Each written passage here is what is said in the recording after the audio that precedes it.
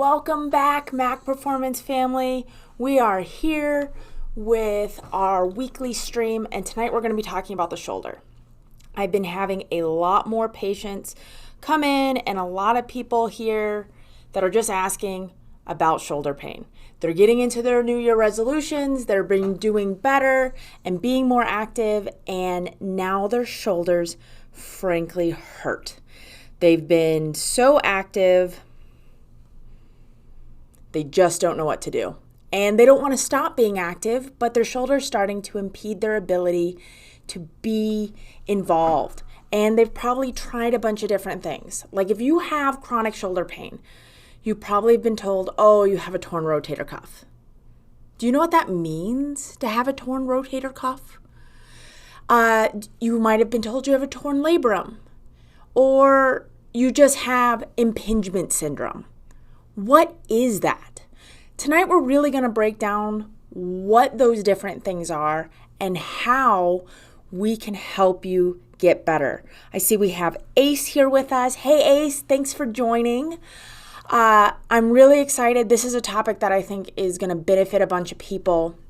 So let's jump into what is shoulder anatomy, and we're going to utilize an x-ray to really break this down, because this is what you're going to be shown when you go to the doctor's office. And there's a lot of things going on in there, and understanding basic x-ray findings can help you actually know where our issues are. So the first question is, do you know what makes up a shoulder joint?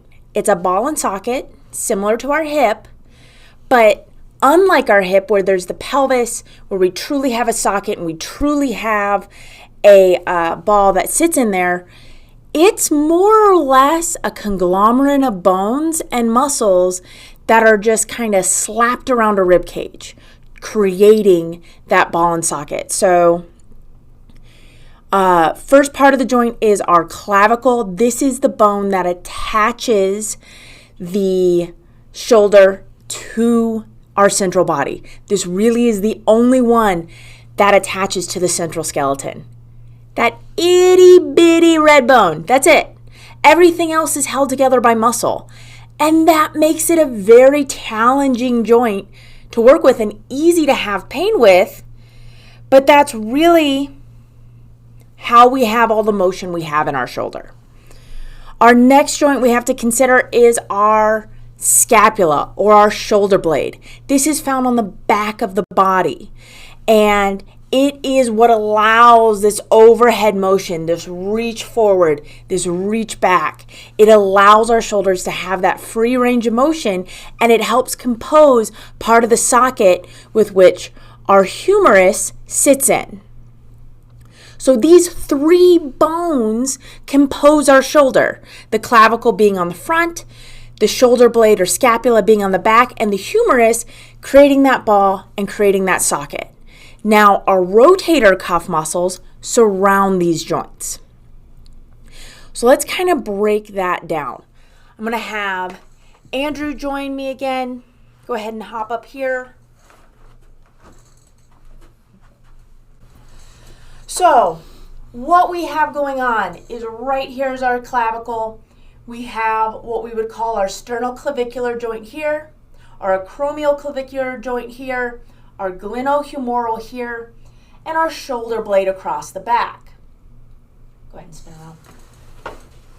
When it comes to our shoulder, we have a rotator cuff that consists of four muscles. We have, as we commonly have nicknamed it, the sits muscles. We have our supraspinatus, which is this muscle on the superior spine of the scapula, hence why it's called supra. Then we have our infraspinatus, which is inferior of the spine of the scapula. Medical, we're so creative. Then we have our teres minor, and underneath the shoulder blade is everybody's favorite muscle, the subscapular muscle, the subscapularis. And for shoulder pain and rotator cuff injuries, when they say you have a rotator cuff injury, it could be any one of those four. And to differentiate those, we have to do some tests and some muscle, just palpating, seeing which one causes pain and issue. But when I have someone come in and they have pain up here in the front and they don't have as much range of motion here, I check the muscle that's hardest to get to, which is our subscapularis. And that's going in through the armpit, getting in here, and really palpating that muscle. I will admit, not the most comfortable thing. I've had it done to myself. I have had shoulder issues, and it has been a benefit. It doesn't feel good. I don't know how to get around it. But when I work on that muscle, it gives people the most amount of benefit to pain relief. And if that is how the body responds best, then I know what exercises to give you to kind of train and reduce that muscle pain. So again, our rotator cuff muscles are the supraspinatus, infraspinatus, subscapularis under that shoulder blade, the scapula, and then our teres minor. Now there are a bunch of different muscles. You have your deltoids, your triceps, your biceps, your pec muscles. All of these contribute to how your shoulders move and function and how you have to do for exercise and when your shoulders are having pain and issue. So what can you do? What can you do to alleviate some of the pain and dysfunction in this area? Well, if you're having muscular issues, a place you can start is potentially going and seeing a massage therapist, an acupuncturist, a chiropractor that does soft tissue work to start getting these things to stabilize and loosen up so that they can move. Because ultimately, the last thing we want you to do is to rest your shoulder. That might sound surprising. If your shoulder hurts, unless there's a fracture or some other thing going on, we really don't want you to stop moving it. Because once you stop, it's really hard to get that motion back. And for females that are over the age of 40, potentially have diabetes, a common issue can be something called frozen shoulder. And in all honesty, in the medical field, we don't know what frozen shoulder is or why it causes it. But all the delicious synovial fluid, so the fluid that allows your joint to move, gets sucked out and prevents you from lifting your arm overhead, and that can last for months. So we really want to make sure that we keep your shoulder mobile. Now, if you have a rotator cuff injury, we might have pain with the muscles that need to be appropriately strengthened. If we have an impingement syndrome, now this is something that they were commonly doing surgery on up until about 2 years ago. And it was where the orthopedic surgeon would come in under one of the bones of the scapula, the acromion, and they would shave off the bottom of that to create more room for the humerus to move. And we thought we were doing a great job. Yay, shoulders all better, we've done the surgery, here's your PT, move on. Well, in the United Kingdom, they did a big research study, and they took people with shoulder pain, and they enrolled them into 3 groups.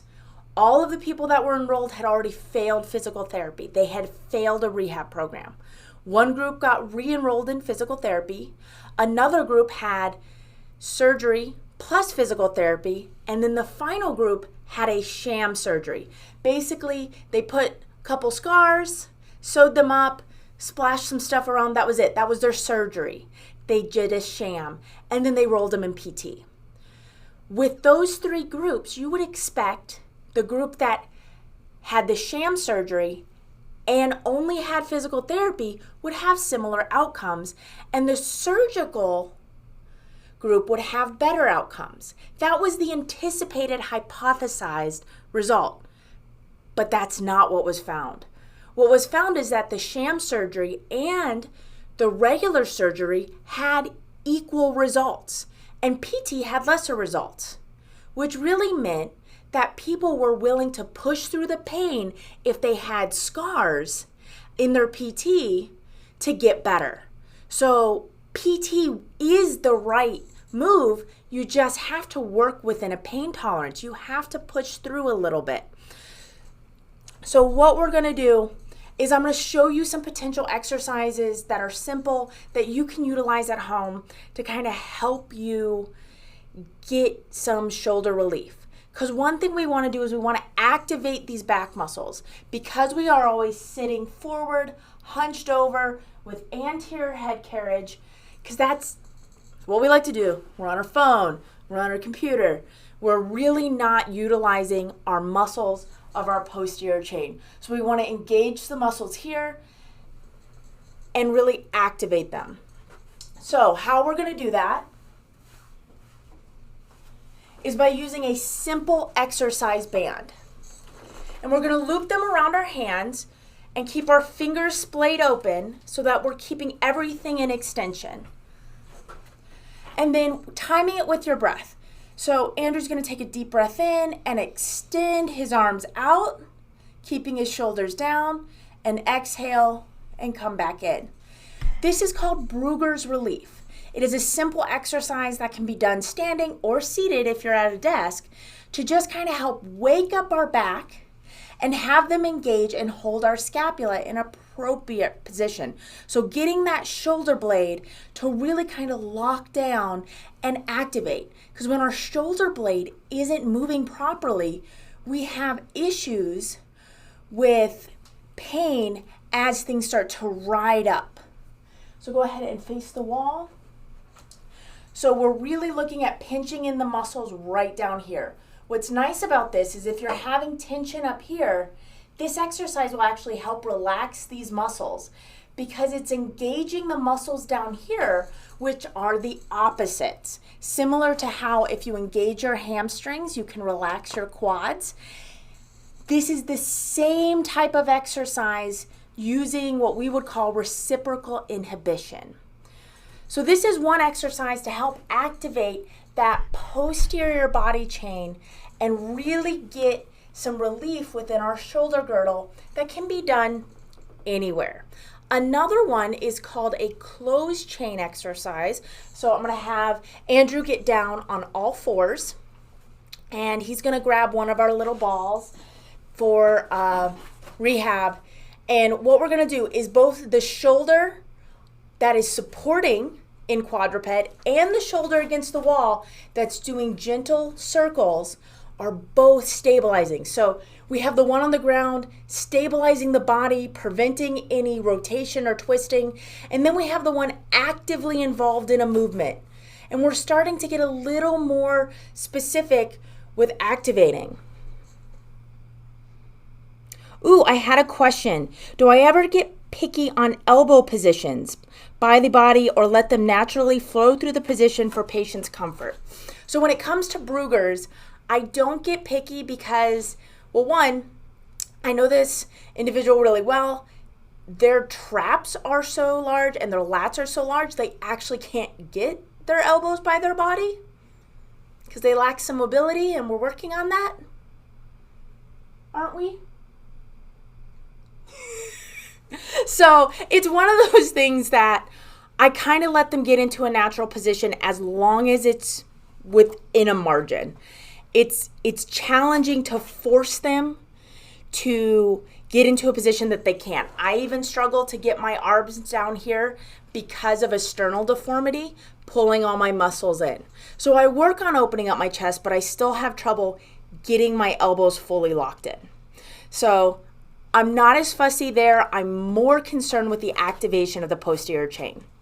Another option that takes a little bit of specialized equipment is utilizing a wobble bar. And the one that I prefer is just a factor wobble bar. What's nice is it's not unidirectional as a body blade would be. It's multi-directional. So we can really start to get some fun stresses and perturbations in the body to kind of force the shoulder to really work. So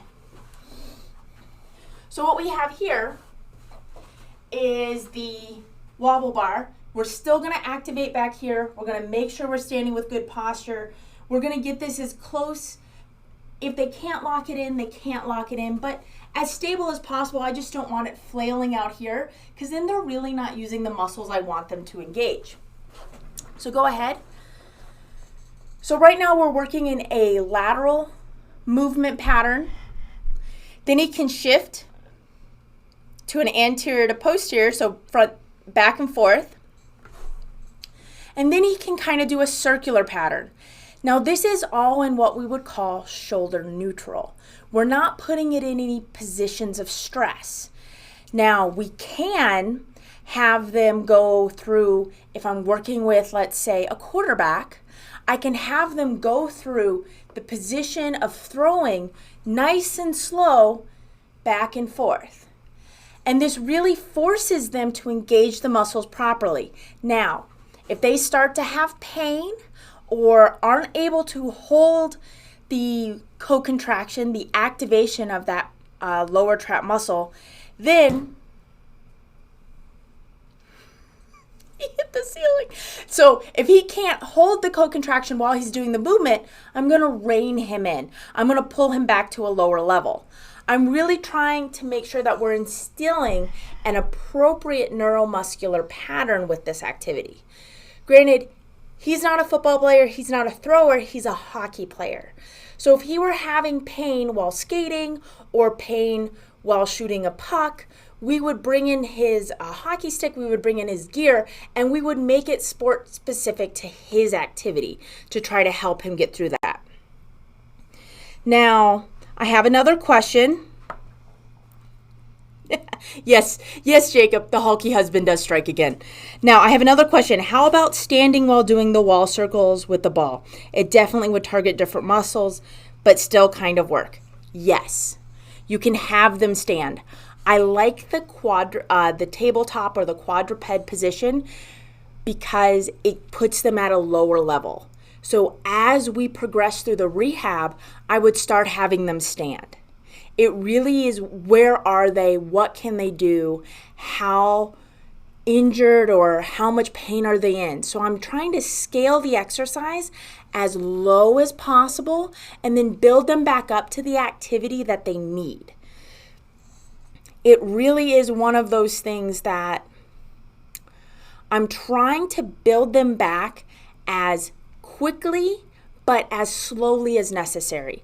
I don't like to take people out of the activities they want to do. I want to keep them in the activity as long and as safely as possible. One, people don't like to be told they can't do something. And for the most part, I work with adults. And adults, more or less, don't listen as well, or at least don't have parents telling them they can't do it. So I have to work within that spectrum of what are they actually going to listen to? What are they actually going to do? Because if they're not going to listen to me, I have to, maybe if I rein them in a little bit, but I give them something to do, I can control their activity level versus just saying, nope, you're doing nothing. So it's really kind of playing that realm of how do I scale this down so that we can get you back to the same level or better, because that's our ultimate hope, get them back better and progress them further through the rehab.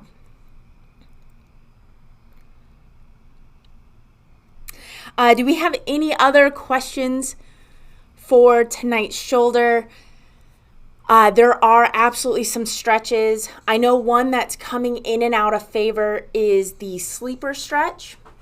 And the sleeper stretch is a stretch that's commonly given to throwers to stretch out that back of the shoulder right into the posterior capsule. A capsule is what surrounds a joint and actually holds it in space. And when we have this anterior roll of our shoulder, it actually puts a lot of pressure on the front edge and shortens the back of our shoulder. So stretching that can really create some pain relief, but it does put your shoulder in a compromised position. The research is changing on whether we should or shouldn't be utilizing that stretch. For throwing athletes, I still occasionally will use it with certain individuals that are having a lot of internal curl, and I'm just trying to help them be able to open up and get into a more ideal position. There isn't a perfect posture. There's no such thing as perfect posture. There's no perfect curvature of the spine. That doesn't exist. What really matters is, do you have pain?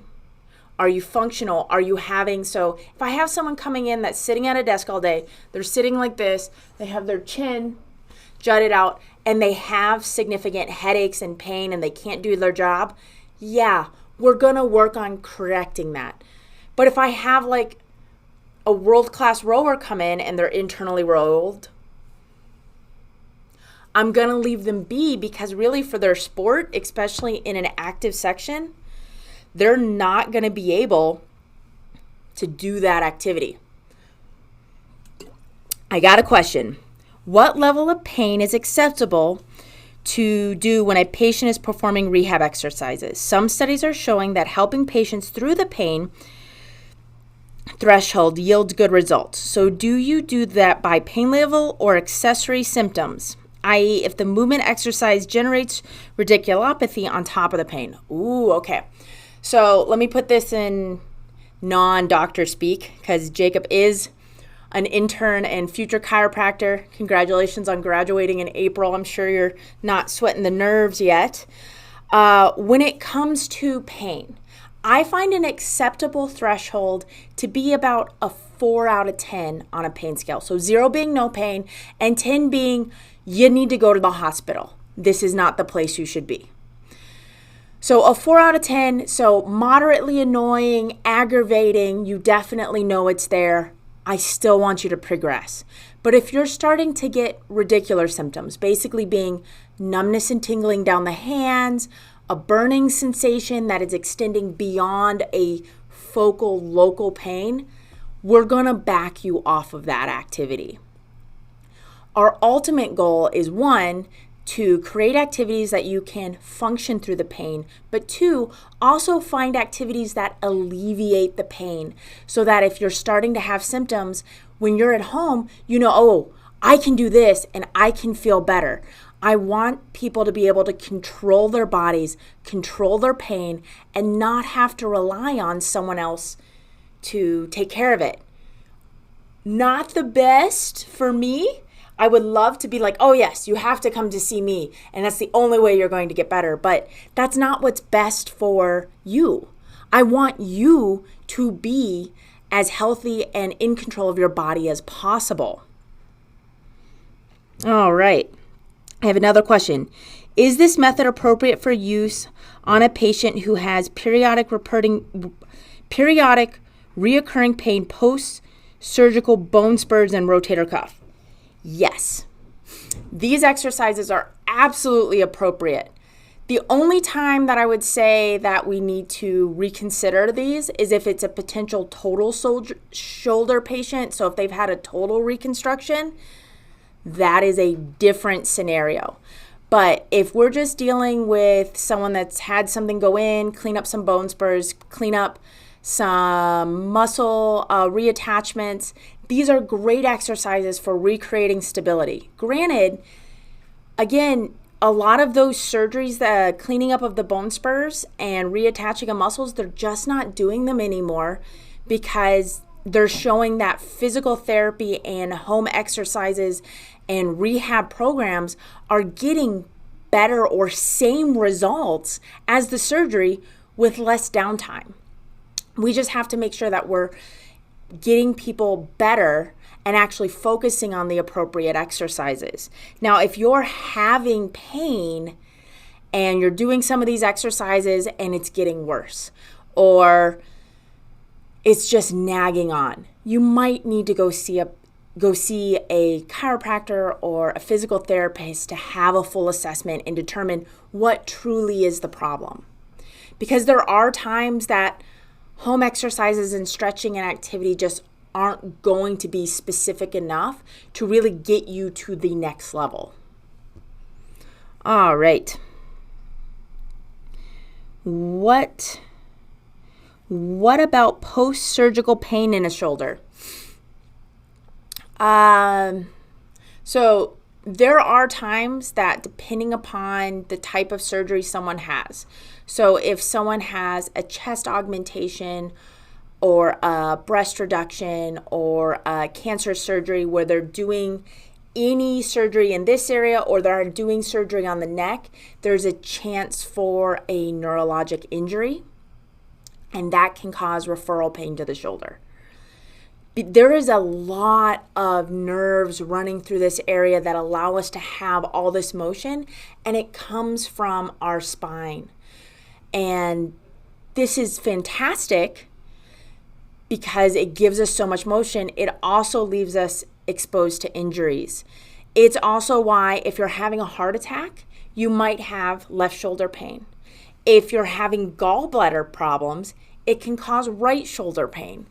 So again, if you're just having chronic pain that isn't responding to a home exercise program, has not been doing well, has been perhaps progressing and getting worse, this is when you need to follow up with a provider and have it fully assessed and be provided with appropriate exercises, potentially have imaging, and look at some different diagnostic tests. Now, for anybody who's watching it live, please hashtag live. If you're watching this on replay, hashtag replay. If you have questions when you're watching this, go ahead and type them out. If you're watching it on replay and have questions, please feel free to post them. I will go back and answer them. I want to make sure that everybody is getting the information they need. If you have a topic you're interested in, go ahead and post below, and we will consider it for a live topic. Next week, we are going to be covering headaches. It is a common problem across the board and is well managed within the chiropractic realm. I personally have hemiparalytic migraines, basically meaning I look like I'm having a stroke when my migraine gets severe enough. I get adjusted once a week to once a month, depending upon where I am symptomatically, and I only get a migraine maybe once a year, and I don't use any medication to do it, which is awesome. Andrew also has migraines and utilizes chiropractic care as well, and we're going to take a deep dive on the different types of migraine, which do benefit from chiropractic, which don't. So that's going to be next week at the same time, 6:30 CST, 7:30 Eastern, that we're going to be covering headaches. So do we have any questions tonight additional to the shoulder before we close out?